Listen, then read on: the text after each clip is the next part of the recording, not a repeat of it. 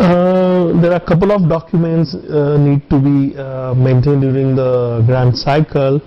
See, one is the project report. So you must be sending a donor project report on a regular frequency. So that needs to be maintained periodically.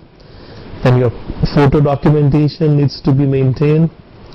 And all certified financial statement, because based on the donor requirement, donor must be asking a certified financial statement on a quarterly basis, so that all the statements sent to the donor need to be preserved.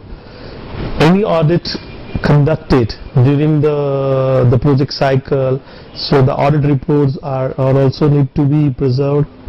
And your vouchers, about all the vouchers of the project, bank reconciliation statement, then the fixed asset record which were purchased from the donor funding, and the grant disbursement record.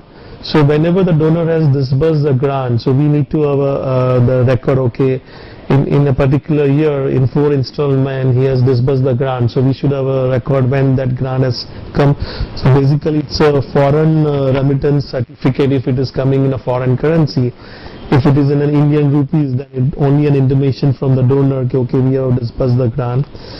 Then all the investment records need to be preserved.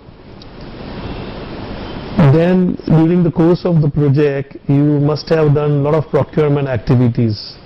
So all the documents related to procurement activities, for example your purchase order, work order, that needs to be preserved during the purchase during the project cycle.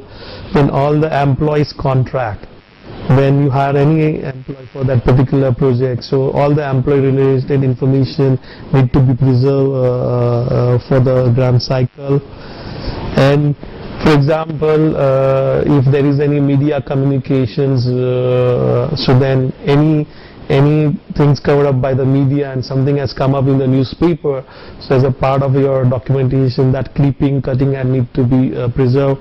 For example, if the donor requirement is to publish tender in certain criteria, so you, as a documentary proof, you should preserve the tender advertisement in the newspaper.